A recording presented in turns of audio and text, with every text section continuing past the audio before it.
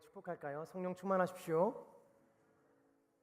한 번 더 인사하겠습니다. 말씀 또한 충만하십시오. 성령과 말씀이 충만하기를 주님의 이름으로 축복합니다. 역사상 영원한 제국이라고 이야기했던 로마 제국이 있습니다. 그 로마 제국의 시인 베리길리우스는 그의 저서 아이네이스에서 로마의 운명을 다음과 같이 선언합니다. 임페리움 시네 피데라고 이야기합니다. 나는 그들에게 끝없는 제국을 주었다라고 이야기하죠. 나는 그들에게 끝없는 제국을 주었다. 로마는 자신의 제국에는 끝이 없다고 선언했습니다. 황제들은요 개선문을 세웠고 사람들은 대리석 위에 자신의 이름을 새겼습니다. 아마 그들이 새긴 그 이름이나 도시들이 영원할 것이라고 생각했을 거예요. 영원한 도시라고 불렸던 그 로마 제국이 결국 어떻게 됐죠? 우리 지금 다 알고 있는 것처럼 종말을 맞이했습니다. 황제는 죽었고 군단은 사라졌으며 신전은 무너졌어요. 한때 세계의 중심이었던 로마의 광장은 지금 폐허만 남고 있고 다른 곳으로 채워졌어요. 인간은 영혼을 꿈꾸지만 역사는 끊임없이 인간에게 이렇게 이야기합니다. 네가 영원하다고 생각했던 것들도 영원하지 않다라는 것이죠.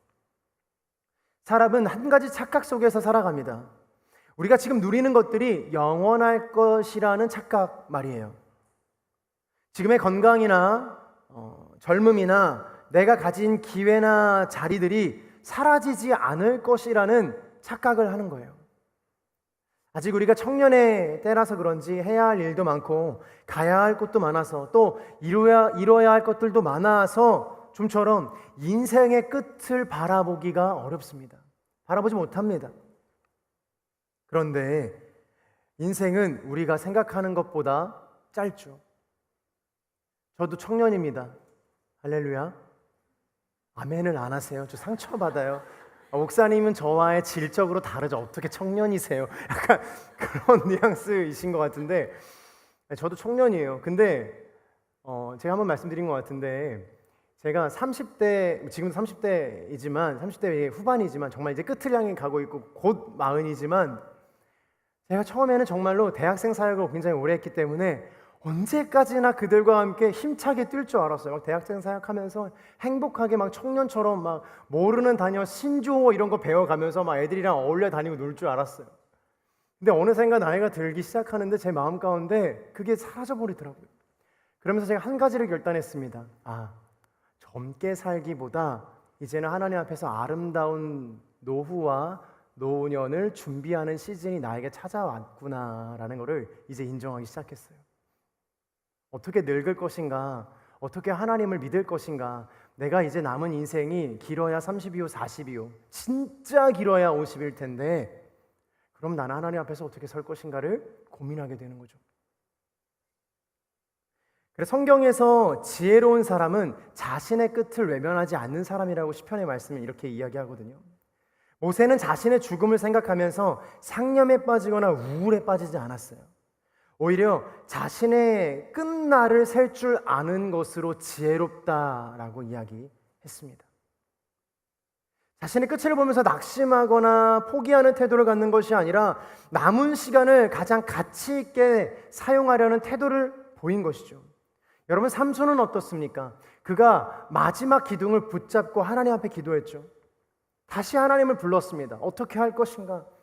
바울은 어땠죠? 자신이 떠날 때가 가까이 왔음을 알고 믿음의 아들 디모데에게 사랑의 마음을 담아 전심으로 편지를 남겼어요. 사랑의 권면을 남겼습니다. 사랑하는 여러분, 자신의 마지막을 알게 된다면 우리는 무엇을 선택하고 하시겠습니까? 마지막 순간이 찾아왔을 때 무엇을 붙잡고 무엇을 내려놓으시겠습니까? 오늘 본문에서는 예수님께서도 자신의 마지막이 왔다라는 것을 알고 계셨어요. 정확히 말하면 자신의 어떤 능력의 한계를 느끼신 것이 아니라 오늘 정말 내가 이제는 끝을 향해 달려가고 있구나 라는 것을 깨달으신 것이죠. 자신의 지상 사역이 끝나고 십자가를 매야 되는구나, 져야 하는구나, 그때가 왔구나 라는 것을 알고 계셨어요. 그때 예수님께서 무엇을 선택하셨습니까? 더 많은 사람들을 모으기를 선택하셨어요? 아니면 기적을 일으키는 것을 선택하셨어요? 아니면 자신을 잡으러 오는 사람들을 막을 대책과 방비를 하셨어요? 그렇지 않습니다. 예수님께서는요, 자신의 마지막에 제자들을 향한 이 사랑의 섬김을 선택하셨습니다. 예수님은 사랑을 선택하셨어요. 제가 대학생 시절에 동남아시아의 한 개발도상국으로 아울리치를 떠난 적이 있어요. 대학생 때였어요. 너무나 열심히 아이들 사역을 하고 아이들과 나누고 교제하고 그리고 아이들 캠프를 진행하면서 이들과 정말 뭐 하나가 된 것 같은 느낌을 좀 받았어요. 아울리치 가보시면 그런 경험하면 너무 좋잖아요. 말도 통하지 않는데 이 친구가 믿는 하나님과 내 하나님이 소통하고 그리고 경험하는 그 경험들이 너무나 마음이 좋은 거예요. 선교사님이 갑자기 집회가 마지막에 끝날 때쯤 돼서 이렇게 말씀하시는 거예요. 너무 은혜를 많이 받았다. 이 팀이 우리 아이들을 위해서 세족식을 좀 해줬으면 좋겠다라고 말씀하시는 거예요. 선교사님 너무 좋습니다. 너무 좋습니다. 막 우리 팀장님 자기가 알아서 막 결정하는 거예요. 물어보지도 않고. 그래서 팀장은 너무 좋고 이미 선교사님과 하기로 결정한 거예요. 그리고 팀에 와서 이렇게 통보를 하는 거예요. 우리가 이 아이들의 세족식을 하기로 했다. 좋은 거잖아요. 근데 내 마음 가운데 갑자기 그 아이의 발을 이렇게 보기 시작했어요. 그러면서 내 마음 가운데 막 이런 생각이 드는 거예요. 내가 저 아이의 발을 씻길 수 있을까? 개발도상국이었기 때문에 진짜 신발을 안 신는 아이들도 있었고 신발을 신었지만 신발인지 발인지 구분이 안 되는 아이들도 굉장히 많았어요. 그 아이들의 발에 신발을 뺏고 이렇게 벗겨가지고 정말 깨끗하게 다 씻어야 되거든요. 발가락 사이 다 씻겨야 되거든요. 그냥 하는 척만 할 수 없는 거였거든요. 내가 과연 좋은 마음으로 마음 어렵지 않고 하나님께서 주시는 그 사랑의 마음으로 그 아이의 발을 만져가며 깨끗이 닦아줄 수 있을까라는 생각이 팍 드는 거예요. 고민하기 시작했어요. 나 할 수 있을까? 제 고민과 상관없이 그 시간은 오잖아요. 그 시간이 왔어요. 대야가 내 앞에 왔어요. 그 한 아이가 내 앞에 와서 앉았습니다. 그 아이의 발을 보니 정말 말도 안 되는 거예요. 너무나 정말 더러운 거예요. 제가 약간 손을 자주 씻는 병이 좀 있거든요. 아시죠? 그런 분들 계시죠? 저 굉장히 좀 이렇게 손을 좀 잘 씻는 버릇이 있어요. 그래서 손에 약간 찜 같은 것도 있고 그래요. 어쨌든 그게 오래됐어요. 내가 정말 할 수 있을까? 저 좀 너무 진지했어요. 여러분 공감이 하나도 안 되시는 눈으로 저를 바라보지만 저 되게 진지했어요. 정말 이거 어떻게 좀 전할 수 있을까? 발에 먼지가 묻어있고 흙이 묻어있었고 어떤 아이의 발에는 상처도 있을 수 있었어요. 사랑하는 여러분, 멀리서 돕는 건 할 수 있었어요. 내가 이 아이와 정말 어려움을 내 것으로 만들지 않고 한 발자국 물러나 있는 상태에서 이 아이의 어려움을 돕는 건 할 수 있어요. 지원하고 베풀고 이 아이의 소리를 듣고 이야기를 듣고 이건 할 수 있는 거예요. 선물도 줄 수 있고 함께 사진도 찍을 수 있어요. 그 아이를 위해서 눈물로 기도할 수 있어요. 근데 발을 못 씻기겠더라고요.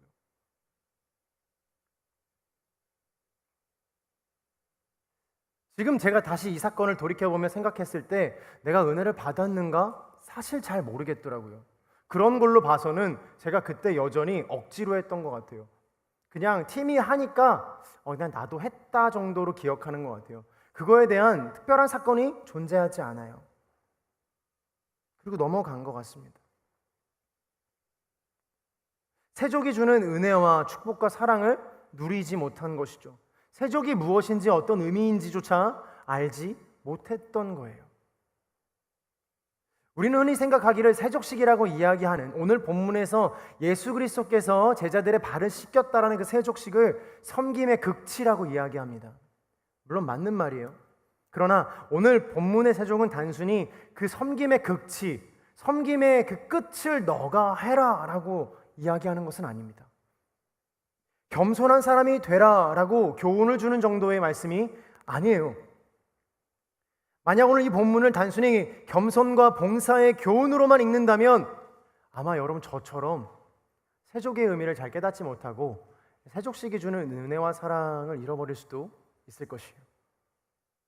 사랑하는 여러분, 꼭 기억해 주시기를 바랍니다. 이 세족식은요, 예수 그리스도가 십자가를 지신 것에 대한 프리뷰입니다. 예수 그리스도가 십자가를 지신다라는 사건을 실제의 사건으로 나타내 보여주신 것이 세족식인 거예요. 예수님께서 십자가에서 이루실 그 사랑, 제자들을 그 발 앞에서 먼저 보여주신 것입니다. 십자가가 온 인류를 향한 그 사랑의 완성이라면 세족은 그 사랑이 어떤 모습으로 너에게 올 것이다를 말씀하고 계시는 것입니다. 우리 1절의 말씀을 함께 같이 봉독해 볼까요? 1절입니다. 시작.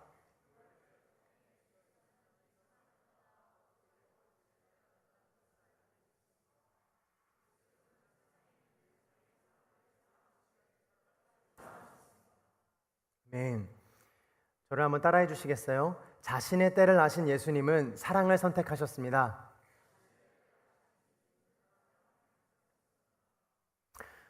본문의 때는 단순히 어떤 시간을 가리키는 때가 아니죠.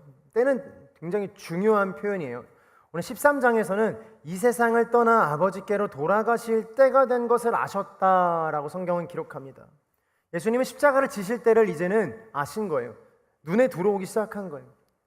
십자가는 예수님께서 영광을 받으시는 때이며 하나님의 일하심을 완성하는 때, 죄인들을 구원하시는 그 때를 의미합니다. 사랑하는 여러분, 세상의 눈으로 그 때를 바라보면, 십자가를 바라보면 늘 실패이지 않습니까? 자, 성경의 때를 좀 벗어나서 여러분들의 십자가 때를 한번 봅시다. 여러분들의 신앙은 세상에서 어떠한 때를 맞이하고 있어요? 승리의 때를 맞이하고 계십니까? 아니면 빈번하게 실패를 맞이하는 연약한 십자가를 맞이하고 계십니까? 세상이 기독교를 바라보는 시선들은 어떠합니까? 손가락질들이 있지 않습니까? 오해와 곡해와 잘못된 해석들로 예수 그리스도를 믿는 사람들에 대한 판단과 시기와 질투와 정죄와 판단들이 있지 않습니까? 힘이 없는 것처럼 느껴집니다. 도대체 십자가의 능력이라는 것은 나의 인생 가운데, 나의 삶 가운데 내가 신앙 앞에서 서게 하는 것 외에 어디에 있는가? 막혔던 재정의 축복들을 풀어주는 힘이 있는가? 완전히 틀어졌던 관계를 회복시키는 것을 실제로 보여주는 것이 십자가인가? 아니요. 오히려 더 많은 실패와 좌절과 십자가를 놓고 기도했으나 이루어지지 않는 것들을 훨씬 많이 목도했는데요. 교회에 대해 내가 아무리 설명하고 십자가의 사랑에 대해서 아무리 내가 주변 사람들에게 전도하고 설명할지라도 예수님에 대해 설명해도 받아들여지지 않는 그때 십자가의 능력은 과연 그럼 어디에 있는가? 십자가의 때는 도대체 언제 오는가?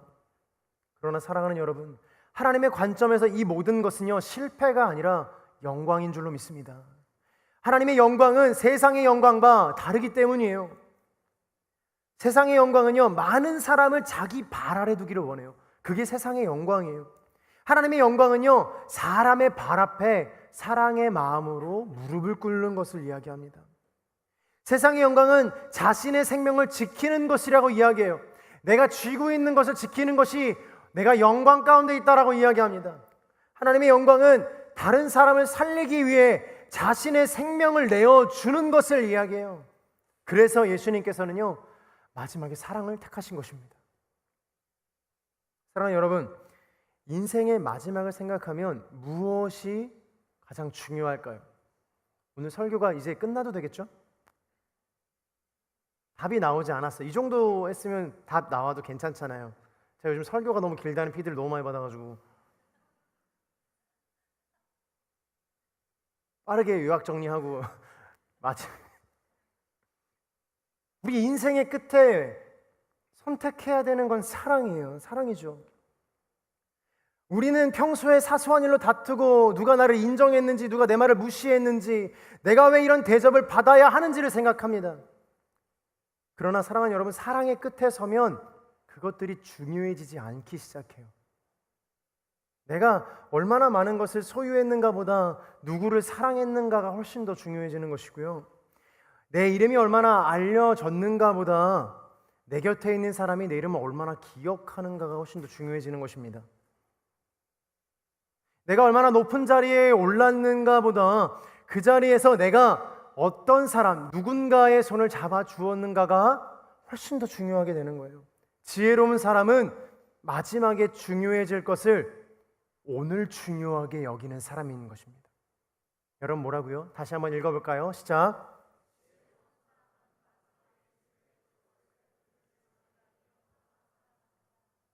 마지막에 중요하다고 여기는 것을 마지막에 붙잡는 것은 똑똑한 게 아니에요. 지혜로운 게 아니에요. 마지막에 가서 그게 중요했지, 내가 그것을 이제 선택해야지, 나는 늦지 않았어 라고 이야기하는 것이 올바른 선택이 아니라는 거예요. 마지막에 중요한 것은요, 사랑하는 여러분, 지금도 중요한 것이에요. 그리고 예수님께서 마지막에 선택하신 것이 사랑이었는데, 예수님은 그럼 누구를 사랑하기를 결정하셨는가? 바로 자기 사람들이에요. 자기 사람들. 오늘 성경에 자기 사람들을 사랑하셨다라고 기록합니다. 사랑하는 여러분, 저는 여기 모이신 우리 성도님들 한 분 한 분이 예수님에게 자기 사람들이 되시기를 주님의 이름으로 축복합니다. 요한복음 1장서부터 12장까지를 보면요, 예수님께서는요 주로 세상을 향해 말씀하셨어요. 세상을 향해 선포하셨고 대중을 향해 설교하셨어요. 표적을 행하시고 무리를 가르치시고 자신이 하나님께로부터 오신 메시아시라는 것을 세상 가운데로 나타나셨습니다. 그러나 13장부터는 분위기가 완전 바뀌어요. 어떻게 바뀌어요? 예수님이 자신의 공적인 사역을 스탑하십니다. 사역의 문을 닫으세요. 그리고 그 방 안에서 자기 사람들과 마지막 밤을 보내기를 결정하십니다. 세상을 향해 말씀하시던 예수님께서 이제 자기 사람들의 발 앞에 서기 시작하신 거예요. 하나님께서 우리를 사랑하신다는 것은 수많은 사람들 가운데, 여러분 잘 들어주세요, 얼굴도 모르는 한 사람을 막연하게 사랑한다는 것이 아니에요. 여러분 터키 사람들 사랑하세요? 안 사랑하세요? 사랑하세요. 필리핀 사람들 사랑하세요? 거기에 있는 민족들 사랑하시기를 축복합니다. 사랑이 수련회로 주제를 정하기를 너무 잘했다라는 생각을 합니다. 인류를 사랑하는 것, 내가 알지 못하는 서먼, 누군가를 사랑하는 것, 대상이 명확하지 않은 것을 사랑하는 것은 쉬워요. 주민을 사랑합시다. 우리 동네를 사랑합시다. 교회를 사랑합시다. 다 좋은 것들이지만 이 모든 것들은 사랑의 대상 안에서 굉장히 쉽습니다. 예수님께서 우리를 사랑하신다는 것은 이런 막연한 사랑이 아니에요. 너 많은 인류 중에 한 사람, 내가 창조한 그 한 사람 중에 너를 사랑한다. 너는 그냥 그 서먼 중에 한 사람이고 그 사람을 내가 사랑하니까 너도 사랑하는 거야 라고 이야기하시는 것이 아니에요. 수많은 사람 중에 당신을 사랑하시는 거예요. 당신이 살아온 시간을 아시는 거예요. 당신이 어디에서 상처받았는지를 아시는 거예요. 무엇 때문에 밤늦게 잠 못 들었는지를 아시는 거예요. 사람들에게 말하지 못한 두려움이 무엇인지 주님이 아시는 거예요. 반복해서 넘어지는 죄와 연약함이 무엇인지를 아시는 거예요. 그게 사랑인 거예요. 그게 예수님이 우리를 사랑하시는 방법인 거예요. 인천 온누리교회 외풍동체 청년이었지? 그래, 내가 너 사랑했다. 이렇게 말씀하시는 것이 아니라는 거예요. 거기 3분단 20번째 앉아있고 오른쪽으로 4번째 앉아서 항상 예배드렸던 너, 내가 늘 너를 봤다. 이렇게까지 저는 사랑하실 거라고 믿습니다. 제가 여러분들 한 가지 축복하고 권면하는 것은 제발 앞쪽으로 오셔서 앉으세요. 여기 왜 항상 비워두는 거예요? 여기 누가 있는, 성령님이 계시는 건지, 여기 누군가가 왜 있는 건, 항상 비어져 있는 자리가 있는데 앞으로 오셔서 채워 앉아주시면 좋겠다라는 생각을 저는 매주 했는데, 이 자리를 빌어서 여러분들에게 권면합니다. 앞자리로 오셔서 앉아주세요. 여러분들의 자리가 있잖아요. 늘 예배드리시는 그 자리가 있잖아요. 아마 주님이 그 자리도 아실걸요? 너 거기에서 참 많이 울었더라. 너 거기에서 참 많이 신음하고 고생했더라. 그 정도로 아신다라는 거예요. 우리를 부르시고 자기 사람으로 삼아 사랑하셨다라는 거예요. 예수님의 사랑은요, 박애주의적인 사랑이 아니에요. 이름을 알고 얼굴을 아시며 연약함과 이야기를 구체적으로 아시는 사랑이에요. 그러나 우리의 사랑은 어떠합니까? 세상의 가난한 사람들을 위해서 기도하고 사랑이라고 이야기하지만 같은 방을 쓰는 가족에게 사랑의 표현을 하는 것이 참 어렵습니다. 먼 나라의 선교지를 위해서 기도하고 애쓰고 돌보기를 원하지만 같은 공동체 안에서 힘들어하는 사람들에게 관심을 갖는 것은 쉽지 않습니다. 인류를 사랑하는 것은 누구나 할 수 있는 일입니다. 그러나 내 옆에 있는 한 사람을 사랑하기로 결단하는 것은 정말로 쉬운 일이 아니에요. 제가 아울리치 기간에 한 가지 재미있는 일이 있었습니다. 공동체가 아울리치를 시작하면서 제가 한 가지를 했어요. 뭐냐면 늘 공동체가 여기저기로 아울리치를 떠나니까 기타가 늘 부족해요. 그래서 기타를 좀 하나를 구입했어요. 제가 개인적으로 구입한 건 아니고 공동체 기타인데, 공동체 기타를 구입해서 중고로 저렴하게 구입해서 제가 이렇게 그러니까 리스페어를 계속 했어요. 고쳤어요. 수리하고 줄도 새로운 거를 갈고 또 가가지고 시간을 들이고 또 부품을 바꾸면서 굉장히 잘 세팅했어요. 그래서 이것들을 많은 사람들, 팀들이 가지고 다니면서 그래 여행하며 찬양하는 것처럼 여기저기서 찬양했으면 좋겠다라고 생각하면서 그걸 준비해 놨습니다. 기타가 굉장히 작아요. 근데 생각보다 좀 좋은 기타여서 가격대가 좀 있어요. 그래서 이렇게 준비를 했는데 한 청년이 저에게 찾아와서 그걸 빌려달라고 이야기하는 거예요. 너무 잘 됐다. 그래, 용도대로 사용되니 좋겠다. 근데 그 청년, 누군지는 알려고 하지 마세요. 찬양 인도하는 청년 중에 기타를 치는 청년이 한 명 있어요. 유일하게 쳐요. 그 친구인데 그 친구 유일하게 치는 그 한 청년이 있어요. 머리 좀 길고 맨날 검은색 옷 입고 이렇게 하는 찬양 인도자 한 명 있어요. 그 친구가 빌려달라고, 누군지 찾으려고 하지 마세요. 이렇게 비밀로 해달라고 했기 때문에. 근데 그 친구가 빌려달라고 하는 거예요. 그래서 근데 그 친구는 기타도 있고 굳이 그거를 왜 빌려달라고 할까? 네 거 치면 되잖아. 근데 뭐 어쨌든 사역에 빌려달라고 하니까 빌려줬죠. 근데 아니나 다를까 아울리치가 끝나고 돌아오는 전화가 받았는데 너무 쎄한 거예요. 전화를 딱 받았는데 심지어 본인이 저한테 전화하는 게 약간 두려웠는지 다른 사람을 통해서 전화를 해서 전화를 바꿔줬어요. 그래서 누구니? 그래 잘 지냈어? 목사님 누가 할 말 있대요. 누구 찾으려 하지 마세요. 누가 할 말 있대요. 라고 해서 저희 바꿔주는 거예요. 그래서 주저리 또 얘기하기 시작하면 제가 뭐 이렇게 해서 사역하다가 기타를 떨어뜨렸습니다. 이러는 거예요. 제가 그때 되게 바빴거든요. 그래 그러니 그럴 수 있지. 그러면서 제가 넘겼어요. 그리고 제가 인도네시아 아울리치를 갔어요. 몽골 아울리치를 갔어요.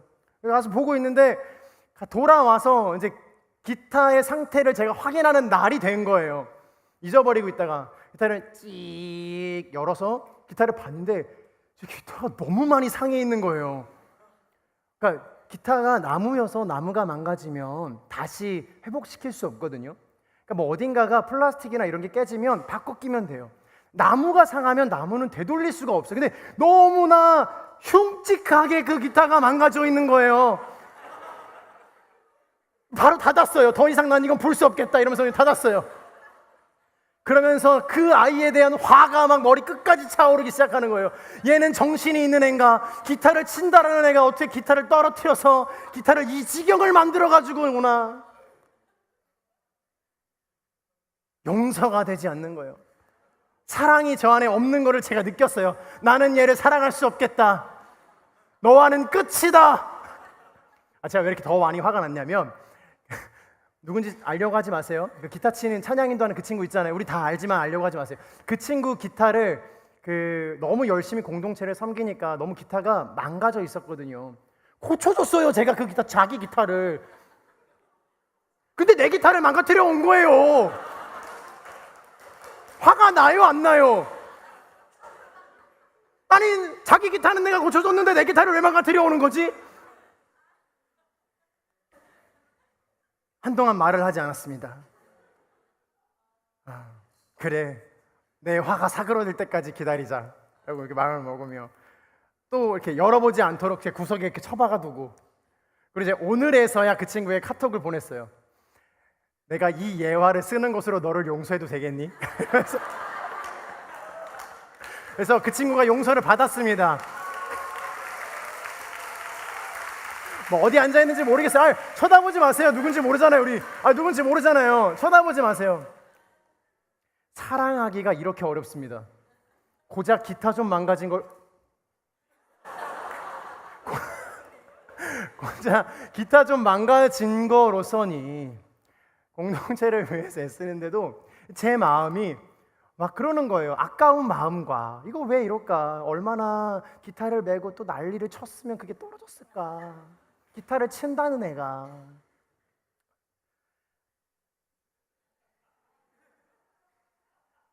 예수님의 사랑은 저와 같은 사랑이 아닙니다. 용서하시는 사랑이셨을 거예요. 베드로를 사랑하셨고 요한을 사랑하셨고 도마를 사랑하셨어요. 심지어 오늘 성경의 본문을 보면 자신을 배반할 예정인 유다까지도 사랑하셨다라는 것을 알 수 있죠. 본문은 예수님께서 끝까지 그들을 사랑하셨다라고 말해요. 헬라어 에이스텔로스, 끝에 이르기까지라는 뜻이 있습니다. 이 에이스텔로스라는 단어는 끝에 이르기까지라는 뜻인데 여기에는 시간적인 의미와 질적인 의미가 함께 담겨 있어요. 예수님께서는요, 이 생의 마지막 순간까지 사랑하셨어요. 시간적인 의미죠. 동시에 사랑이 도달할 수 있는 완전한 스팟, 자리까지 질적인 의미도 담겨 있는 것입니다. 사랑을 하시다가 힘들어서 중도 포기하지 않으셨어요. 제자들의 부족함 때문에 나무라거나 책망하지 않으셨어요. 배신과 부인과 도망을 하시면서도 그 사랑의 길에서 내려오지 않으셨어요. 끝까지 사랑하셨습니다. 이것을 뭐라고 표현하는지 아세요? 여러분 한번 따라해 주시겠어요? 추격하시는 사랑. 추격하시는 사랑을 우리에게 하십니다. 내가 사랑을 할 텐데 너를 추격할 거야. 너가 어디를 가든지 내가 그 사랑으로 추격할 거야 라고 말씀하는 거예요. 끝까지 사랑하시는 거죠. 우리가 하는 사랑이랑은 질적으로 달라요. 예수님이 말하는 사랑은요, 그 사람의 그 영혼까지도 끝까지 하나님 앞에 갈 때까지, 천국에 당도할 때까지, 백성으로 삼아질 때까지인 것이에요. 우리는 사랑을 어떻게 표현합니까? 이 사랑이라는 감정을 어떻게 이해해요? 좋은 감정이 생기면 사랑하고 나에게 잘해주면 사랑하기 좀 용이하다라고 생각해요. 그리고 감정이 식으면 사랑도 식었다라고 이야기합니다. 그러나 성경에서의 사랑은 단지 감정이 아니에요. 사랑은 결단이며 의지이고 상대방을 위해 자신을 더 내어주는 행동이지 않습니까? 사랑하는 여러분, 연애하다가 사랑이 언제 식었다고 생각돼요? 할렐루야. 사랑하게 되기를 주님의 이름으로 축복합니다. 언제 이 사람의 사랑을 의심하는가? 첫 번째, 나에게 시간을 쓰지 않을 때. 동의해요? 두 번째, 나에게 어떠한 물질도 쓰지 않을 때. 만났는데 맨날 커피 나만 사. 왜요? 너무 별로예요? 그러지 않게 되기를 주님의 이름으로 축복합니다. 만났는데 맨날 바쁘대. 1시간 딱 봤는데 계속 핸드폰 보면서 내가 급한 일이 있어. 내가 오늘 좀 빨리 가볼게. 이거 맨날 반복해요. 그러면 그 사랑에 대해서 여러분 확정하고 확신할 수 있습니까? 한두 번은 그럴 수 있겠죠. 근데 그게 한 달이 되고 두 달이 되고 세 달이 되고 1년이 되면 어떻게 되겠어요? 당신의 사랑의 가치가 사라지기 시작하는 거예요. 우리는 사람을 사랑할 때 당연히 이유를 찾습니다. 나에게 잘해주었기 때문에, 나를 이해해 주었기 때문에, 도움이 되었기 때문에, 나와 마음이 잘 맞기 때문에 사랑하는 거예요. 그게 당연한 인간의 사랑일 수 있어요. 그러나 그 이유가 사라지면 인간의 사랑 또한 흔들리게 되어 있어요. 나에게 잘해주는 사람이 나를 서운하게 하면 사랑이 식어지는 게 느껴져요. 나를 이해해 주던 사람이 내 마음을 몰라주면 관계를 포기하고 싶어집니다. 그러나 예수님의 사랑은 그러한 조건에 의한 조건으로 인한 시작이 아니었어요. 아우구스티누스는 이런 말을 남겼습니다. 나의 사랑은 나의 무게다. 무게가 있는 물체가 어느 방향으로 자연스럽게 흘러가듯 인간이 사랑하는 것을 향해 그 마음이 자연스럽게 움직인다라는 것이죠. 예수님의 무게는 사랑이었어요. 그래서 자신을 십자가로 움직이게 하신 거예요. 예수님께서는 우리를 사랑하셨기 때문에 우리를 향해 오셨고, 우리를 사랑하셨기 때문에 무릎을 꿇으셨으며, 우리를 사랑하셨기 때문에 십자가를 지신 줄로 믿습니다. 사랑은 마음속에 머물지 않아요. 사랑은 반드시 방향을 만들고요, 그 방향은 발걸음이 되고 행동이 되는 것입니다. 사랑하는 여러분, 그 예수님의 사랑은요, 이렇게 표현할 수 있습니다. 너희를 향한 나의 사랑은 단지 조건 없는 사랑이 아니다. 나의 사랑은 너희가 내세우는 모든 조건을 무력화하는 사랑이다. 자막이 준비될까요, 이거? 한번 같이 읽어볼까요?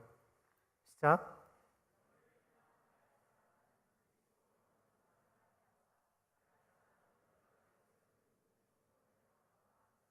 뭐라고요? 너희가 내세우는 사랑의 조건을 내가 다 무력화하겠다라는 거예요.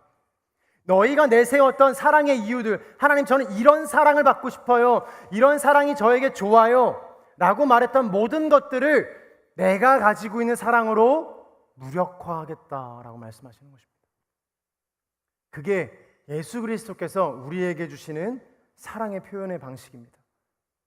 예수님의 사랑 앞에서는요, 사랑받을 만한 조건도 무너집니다. 사랑받았기 때문에 사랑받을 만한 존재로 회복되어 가는 거예요. 끝까지 사랑하기로 결정하신 그 십자가의 사랑으로 우리가 완성되는 것이죠. 사랑하는 여러분, 그 사랑을 신뢰하게 되기를 주님의 이름으로 축복합니다. 2절의 말씀 함께 보도록 하겠습니다. 시작.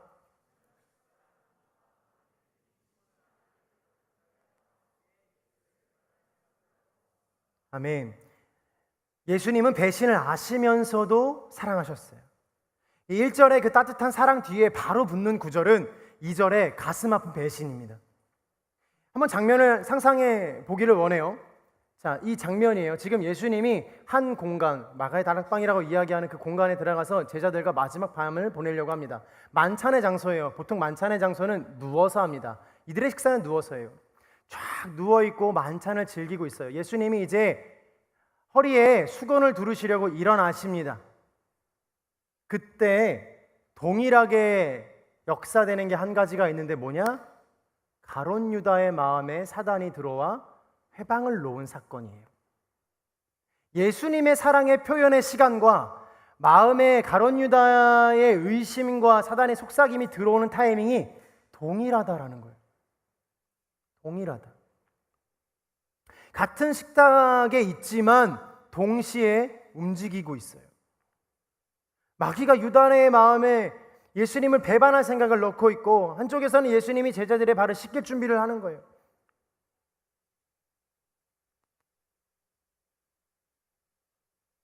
고대 사회에서는 한 식탁에 앉아서 음식을 먹는 것 그 이상의 것을 하거든요. 서로를 한 공동체로 받아들이고 막 2시간, 3시간 식사하면서 서로의 모든 걸 나눠요. 평화와 우정을 나누는 시간인 거예요. 근데 참 애석하게도 같은 식탁에 앉아서 식사를 하지만 모두가 같은 마음을 품지 않았다라는 것이죠. 몸은 가까이 있지만 마음은 한참 멀었던 거예요. 우리도 좀 그러지 않습니까? 함께 예배하지만 다른 마음이 이 안에 있을 수도 있습니다. 함께 사역하고 함께 수련회를 가고 함께 수련회를 준비하고 아울리치를 다녀오고 하지만 아울리치 팀 안에서도 같은 마음일 수 있지만 그렇지 않고 시기와 경쟁과 서운함이 묻어날 수 있어요. 사랑하는 여러분, 마귀의 공격은요, 언제나, 항상 그런 건 아니지만 언제나 공동체 안에서 일어납니다. 공동체 밖에서 일어나지 않아요. 때로는 함께 식사하고 함께 웃으며 함께 사역하는 사람들의 마음 안에서 일어난다라는 것이에요. 처음부터 유다가 예수님을 은산식에 팔겠다고 생각한 것은 아닐 거예요. 실망이 쌓이고 자신의 기대와 예수님의 길이 다르다라는 것을 발견하고 그 마음에 틈이 생김으로써 점점 그 마음이 변해 갔을 것입니다. 예수님이 우리를 압제하는 로마로부터 자유를 주시지 않으시고 유다가 생각한 방식으로 예수님이 왕이 되지 않으시고 오히려 십자가에서 돌아가시기를 결정하셨다? 이거 아닌데. 내가 생각한 예수님의 사랑이나 예수님의 통치는 이게 아닌데. 내 삶에 임재하기를 원하시는 주님의 사랑은 이 방식이 아닌데.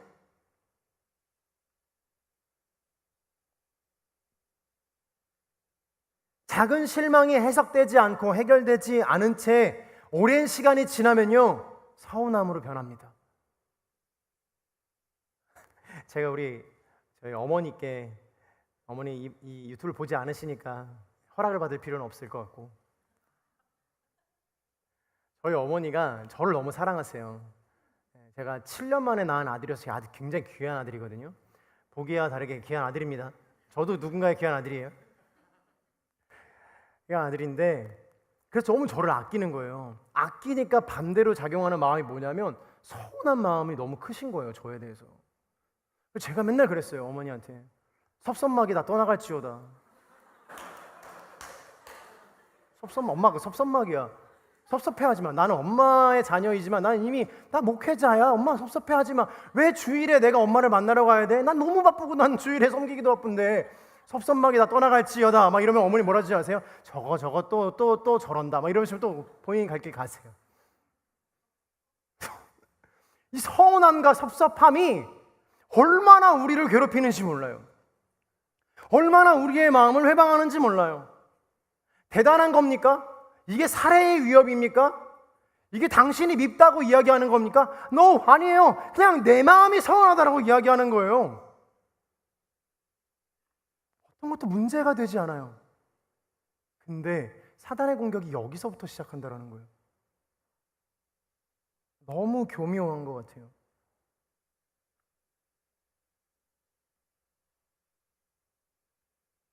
의심이 자라면 관계를 끊을 명분을 만듭니다. 그리고 마귀는 그 틈에 생각을 집어넣는 거예요. 이제 너를 좀 생각해. 너를 좀 챙겨. 많이 했다. 사랑하는 여러분, 우리의 마음에 모든 생각을 마귀가 강제로 집어넣는다라는 건 아니에요. 우리의 생각이, 그런 서운한 감정들이 다 마귀의 생각이라는 것은 아닙니다. 그러나 우리가 돌보지 않은 상처와 욕망, 회개하지 않는 죄와 오래 품은 서운함을 통해 유혹이 자랄 수 있다라는 거예요. 처리되지 않은, 올바르지 않은 감정들이 소위 썩어서, 변해서. 그래서 마음에 어떤 생각이 들어와 있는지를 살펴야 하는 것입니다. 왜 나만 희생하지? 왜 아무도 나를 알아주지 않지? 나는 저 사람보다 잘하고 있는데, 잘할 수 있는데, 내가 받은 상처만큼 저 사람도 고통받아야 되지 않을까? 이런 생각이 처음에는 나를 향해 있기 때문에 되게 작습니다.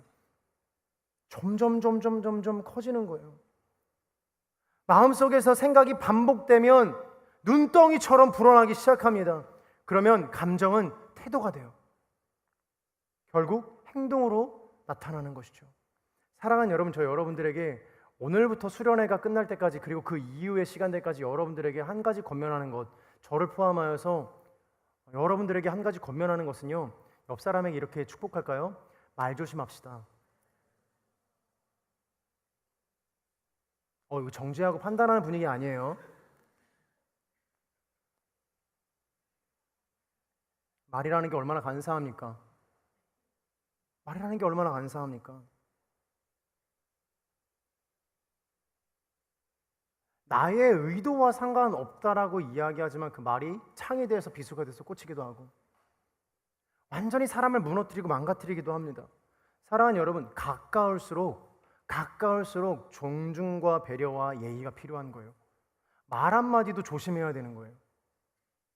우리가 사랑이라는 주제로 수련회를 하기로 결정했어요. 이건 죄송해요. 지금 시간 좀 가고 있지만 요거 보면 제가 준비한 설교문에도 없지만 꼭 이야기할게요. 반드시 내가 무엇인가를 결단하기 시작하면 사단은 그 결단 망가뜨리려고 합니다.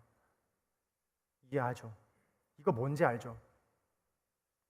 내가 주님의 믿음과 선하심을 결단하면 주님의 믿음과 선하심 못하게 막습니다. 내가 사랑하기를 결단하면 사랑 진짜 못하게 막습니다.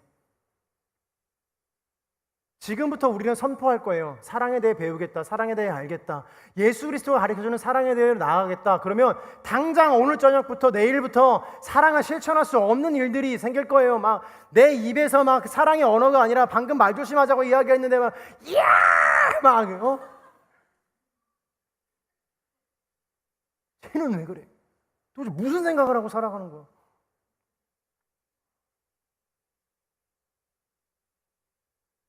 우리가 지킬 첫 번째가 저는 말이라고 생각해요. 왜냐?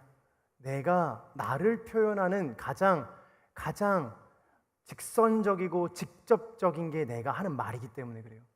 행동보다도 더 빠릅니다. 내가 무슨 말을 어떻게 하는지 나도 모르는 사람들이 있어요. 우리가 수련회를 마쳤을 때 그 사랑의 시즌들을 다 마쳤을 때 저는 여러분들의 입술이 보다 아름답고 거룩하게 되기를 주님의 이름으로 축복합니다. 우리의 마음에 든 생각들이 말로 표현돼요. 우리의 마음에 들어온 이 모든 것들이 다 옳다고 믿지 마십시오. 내가 생각하고 내가 말하는 것들이 옳다고 믿지 마세요.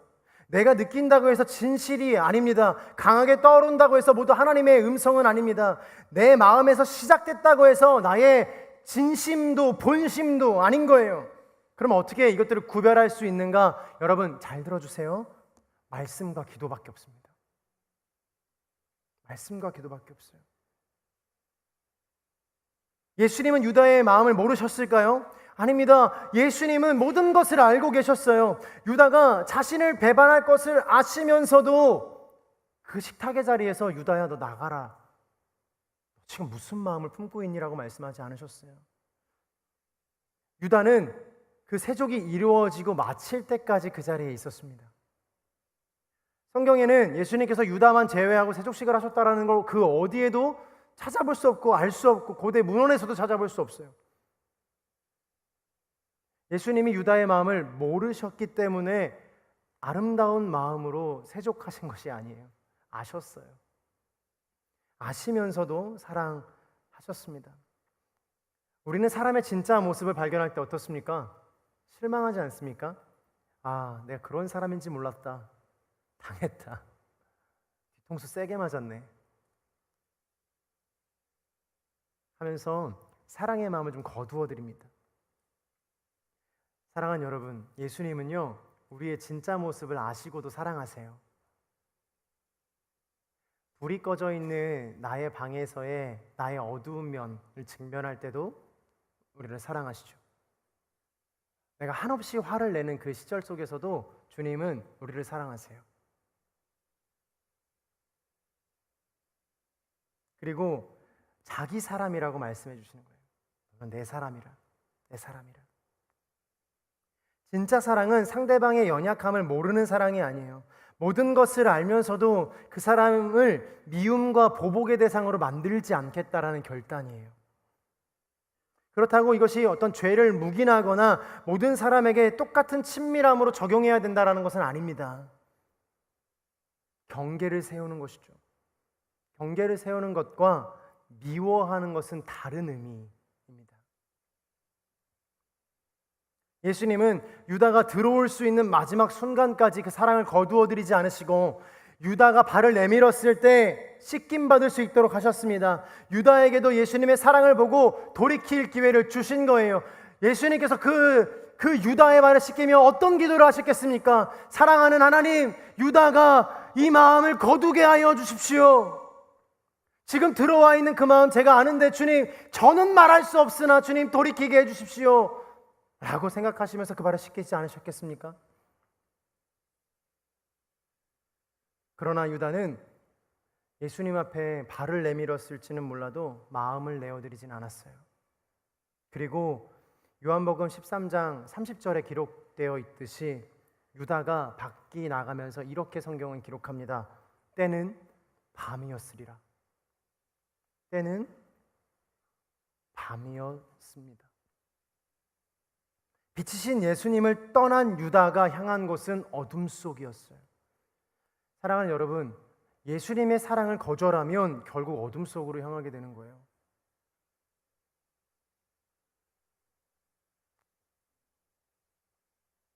사랑은 내가 사랑할 수 없는 사람들을 하나님의 손에, 예수님의 손에 맡기고 그 미움으로부터 나를 지키는 것입니다. 우리는 힘이 생기면 사람을 좀 지배하려고 해요. 그게 인간의 본능이에요. 지위가 높아지면 누군가가 나를 섬겨줘야 된다라고 생각합니다. 내가 옳다라는 확신이 들면 다른 사람을 움직이고 통제하려고 합니다. 그게 편하거든요. 작은 권한만 생겨도 말투가 달라질 때가 있어요. 팀장이 되고 리더가 되고 공동체에서 책임을 맡게 되면 이전에 보이지 않았던 모습을 보이는 사람들도 있습니다. 갑자기 다른 사람이 되는 사람들도 보여요. 그리고 나 말고 다른 팀원들의 부족함들도 막 보이기 시작해요. 아, 쟤는 왜 이거 못하지? 내가 말한 대로 왜 하지 않지? 내가 책임자인데 왜 따르지 않지? 그러나 예수님은 그 권위를 다 내려놓고 한 사람 한 사람 사람들의 발을 씻기기 시작하신 것이에요. 세상의 권력은 사람을 자신의 발 아래 두지만 예수님의 권위는 사람의 발 앞에 무릎을 꿇는 것이었습니다. 우리는 흔히 이것을 나를 낮추는 것이라고 많이들 이해해요. 그래서 이 겸손을 낮은 자존감과 비슷하게 여길 때가 있어요. 착각할 때가 있어요. 모든 것을 참는 것을 겸손이라고 오해할 때가 있습니다. 그러나 예수님의 섬김은요, 사랑하는 여러분, 자기 비하도 아니고 지나친 겸손도 아니에요. 겸손은 낮은 자존감에서 오는 것이 아니라 내가 누구인가에 대한 완전한 정체성에서 나오는 거예요. 내가 누구인지 아는 사람만 완전하게 낮아질 수 있는 거예요. 예수님이 본인이 누군지 알았기 때문에 제자들 앞에 무릎 꿇을 수 있었던 거예요. 내가 지금 무릎 꿇는다고 해서 나의 지위가 변하는가? No! 아니다. 너희들이 나를 인정해 주어야지만, 너희들이 나를 구세주라고 여겨야지만 내가 너희들 앞에 무릎 꿇을 수 있니? No! 아니다. 나는 너희의 결정과 상관없이 무릎 꿇을 수 있는 사람이다. 나는 세상의 유익과 만족과 상관없이 하나님 앞에 무릎 꿇을 수 있는 사람인가?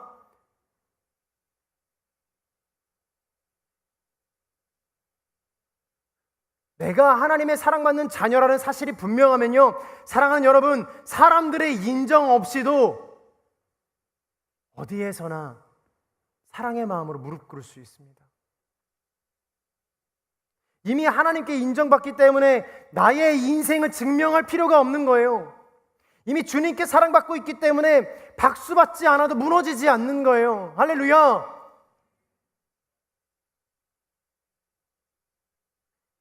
예수님은 자신이 하나님께로부터 왔고 다시 하나님께로 돌아갈 것을 아셨어요.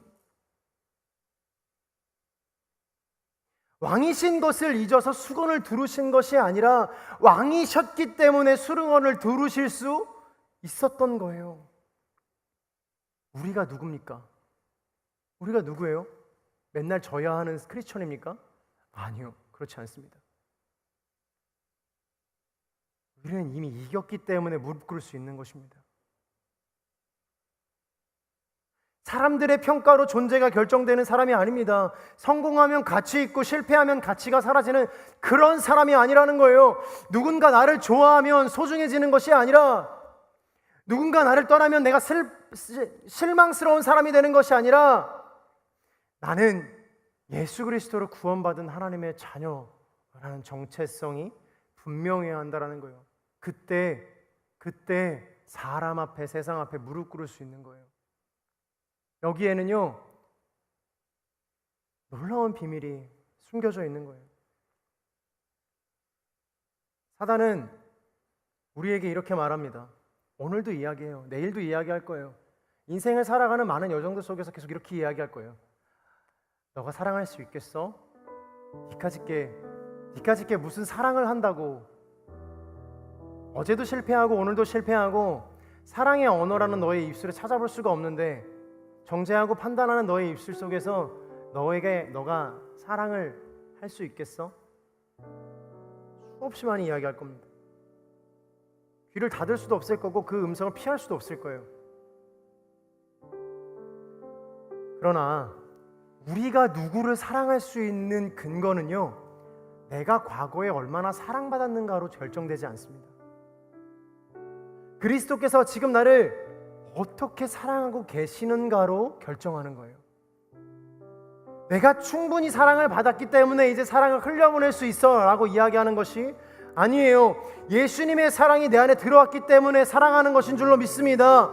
사랑하는 여러분, 과거의 상처가 오늘의 사랑을 결정하도록 내버려두지 않게 되기를 주님의 이름으로 축복합니다. 나의 사랑의 출발점은요, 상처받은 과거가 회복되는 시점이 아니라 십자가에 달리신 예수 그리스도의 사랑이 나에게 보이는 그때입니다. 그래서 4절과 5절은 이렇게 이야기하고 있는 거예요. 예수께서는 식탁에서 일어나 겉옷을 벗고 앉으셨습니다. 그리고 허리에 수건을 두르시고 대야에 물을 부어 제자들의 발을 하나하나 씻기기 시작하셨습니다. 두르신 수건으로 닦아 주셨습니다.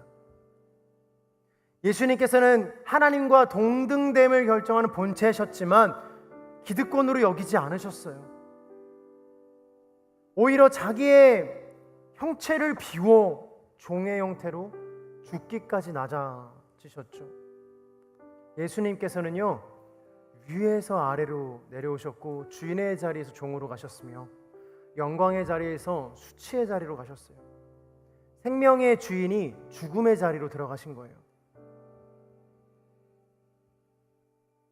예수님이 제자들에게 세족을 하셨다라는 것은요, 사랑하는 여러분, 수치를 만져주신 거예요. 발은 수치거든요.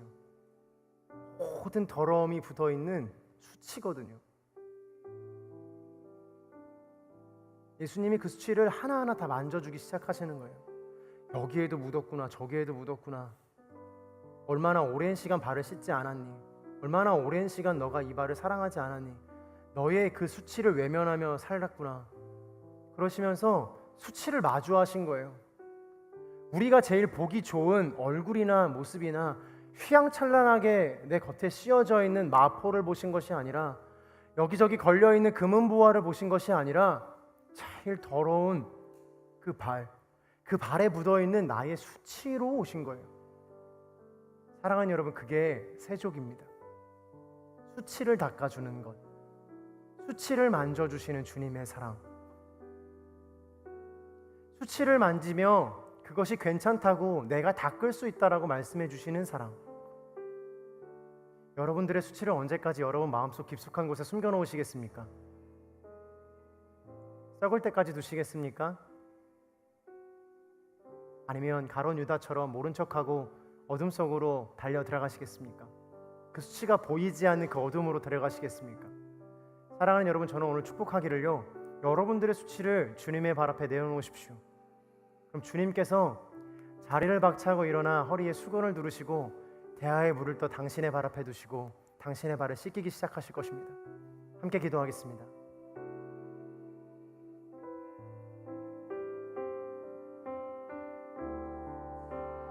십자가를 참으신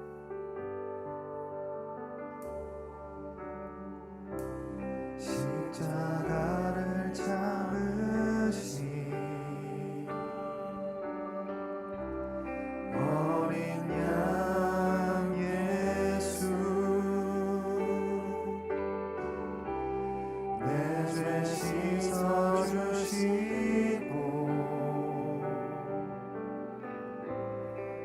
구속하셨네.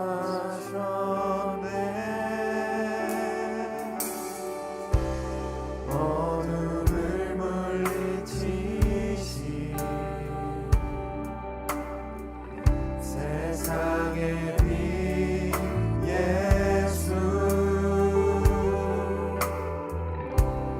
영광의 빛 비추사 자유케 하시네.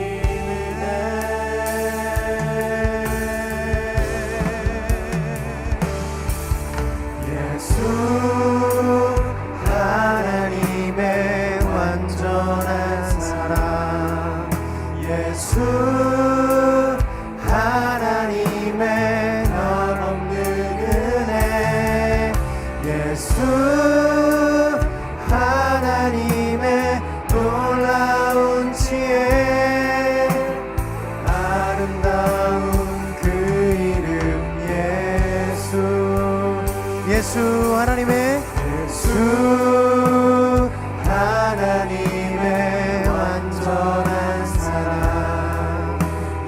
예수 하나님의 값없는 은혜 예수 하나님의 놀라운 지혜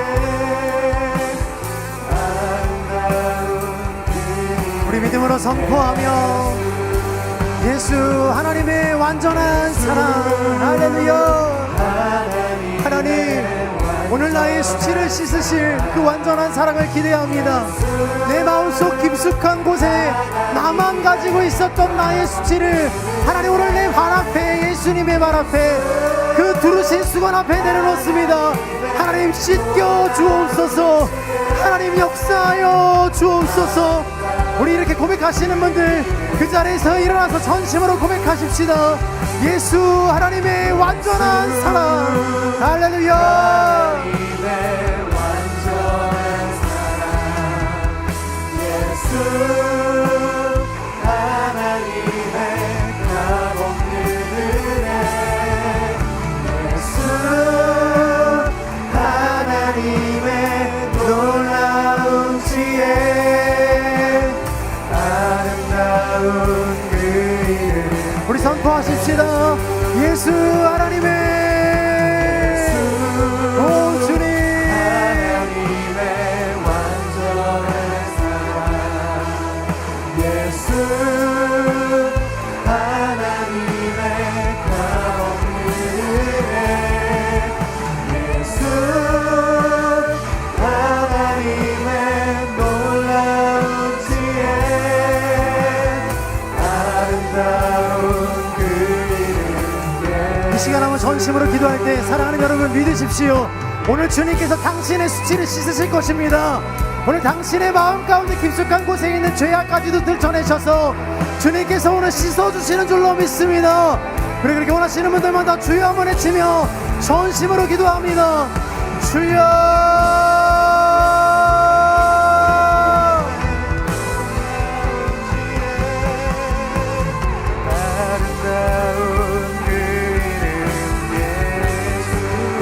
사랑하는 하나님, 내 마음의 깊은 수치와 좌절과 절망과 누구에게도 나눌 수 없었던 하나님 깊은 비밀의 죄악들이 있습니다. 오늘 하나님께서 그것을 꺼내라 말씀하십니다. 오늘 하나님께서 내가 그 수치를 닦아주겠다. 너 회개해라. 너 제발 회개해라. 내가 너를 지키겠노라.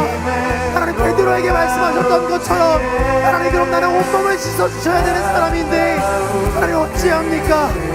발을 씻는 것으로 충분하다. 내가 너의 발을 씻는 것으로 충분하다 말씀하시는 그 하나님의 사랑이 임하는 역사가 있게 하여 주옵소서. 오 주여 주여 값없는 은혜 예수 하나님의 놀라운 지혜 하나님 내가 사랑할 수 없었습니다. 하나님 내 안에 너무 추악한 죄악들과 숨겨놓은 수치들 때문에 하나님 내가 사랑을 할 수 없었습니다. 하나님 나에게 사랑을 가르쳐 주옵소서.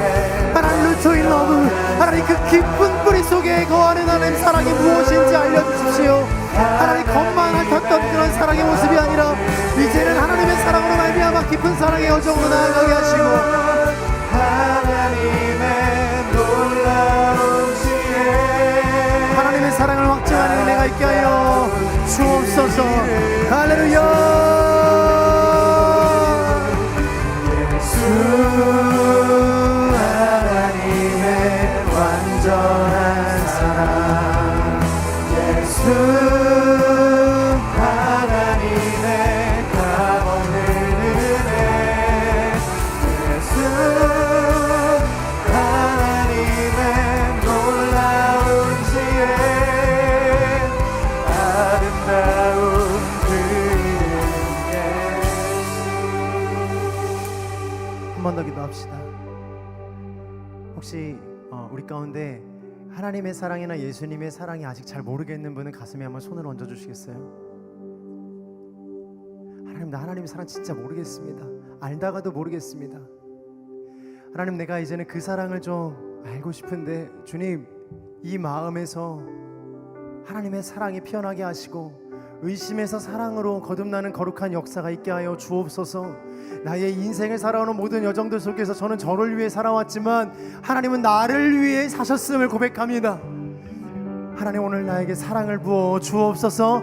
사랑을 확인시켜 주옵소서. 우리 전심으로 주여 한번 외치며, 또 중보하실 분들은 중보하며, 전심으로 주여 한번 외치며 사랑을 간구하며, 추격하시는 사랑을 기대하며 주여 한번 외치며 기도하며 나아갑니다. 주여.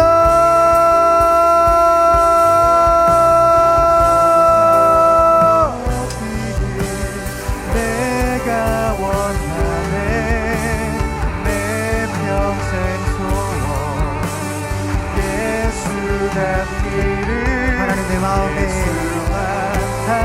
오래전부터 메말라 사랑이 없었음을, 하나님 내 마음에 오래전부터 사랑이 없어서 나의 입술이 험했음을, 나의 입술이 범죄했음을, 나의 행동이 정죄했음을 고백합니다. 하나님, 오늘 나의 마음 가운데 다시 사랑의 근원을 부어주셔서 내 마음에 뿌리 깊은 사랑의 열매들이 맺히게 하셔서 이제는 하나님의 사랑을 이야기하고 하나님의 사랑을 전파하는 하나님의 사람으로 삼아 주옵소서. 주님, 알려주십시오. 주님, 보여주십시오. 하나님, 이제는 알게 하셔서 예수님의 사랑을 느끼는 하나님의 사람이 되게 하여 주옵소서. 나는 알지 못했으나, 나의 인생 가운데 사랑을 이야기하지 못했으나 하나님, 여전히 내가 태어나기 전부터 나를 사랑하셔서 지금까지 나의 인생을 사랑하시며 나의 기도를 들으시며 나와 함께 하시며 나의 모든 것을 아셔서 늘 동행하셔서 사랑의 실천을 보여주신 그 예수 그리스도의 사랑이 오늘 느껴지며 누려지는 거룩한 역사가 있게 하여 주옵소서. 너 하나님의 사람아, 사랑의 뿌리 내릴지어다. 너 하나님의 사람아, 사랑 없음을 회개하며 하나님 앞에 나가는 거룩한 역사가 있을지어다. 군대에서도 하나님 사랑을 실천하게 하시고 가정과 직장에서도 사랑을 실천하게 하시며 나로 인해 사랑이 보이는, 나로 인해 사랑이 확증되는 거룩한 역사가 있게 하여 주옵소서. 내 평생 소원 예수 닮기를, 예수만 닮기를 내가 원하네. 예수 닮기를, 예수 보기를, 예수만 높이길 내가 원하네. 주님, 우리의 고백입니다. 평생 할렐루야. 주님, 영광 받아 주옵소서. 주님, 우리의 고백입니다. 예수만 닮기를 내가 원하네. 예수 닮기를, 예수 닮기를, 예수 보기를, 예수만 높이길 내가 원하네. 내 평생 소원 예수 닮기를, 예수만 닮기를 내가 원하네. 사랑하는 하나님, 오늘 이 시간 한 가지를 구하온데 하나님, 우리 안에 사랑을 충만하게 되려 주옵소서. 이미 우리를 사랑하셔서 끝까지 사랑하시겠다고 결정하신 주님의 의지와 결단 앞에 우리의 수치를 내어놓고 우리의 발을 내어놓고 주님 닦아주십시오라고 기도하는 우리들이 될 수 있도록 축복하여 주옵소서. 그래서 우리가 서로의 발을 씻기고 서로를 사랑하는 거룩한 공동체가 되고 하나님의 사랑을 실천하는 각 사람이 될 수 있도록 축복하여 주옵소서. 이렇게 역사 주님을 찬양하며 감사하며 살아계신 예수님의 이름으로 기도합니다. 아멘. 우리 하나님께 감사와 찬양의 말씀 드리겠습니다.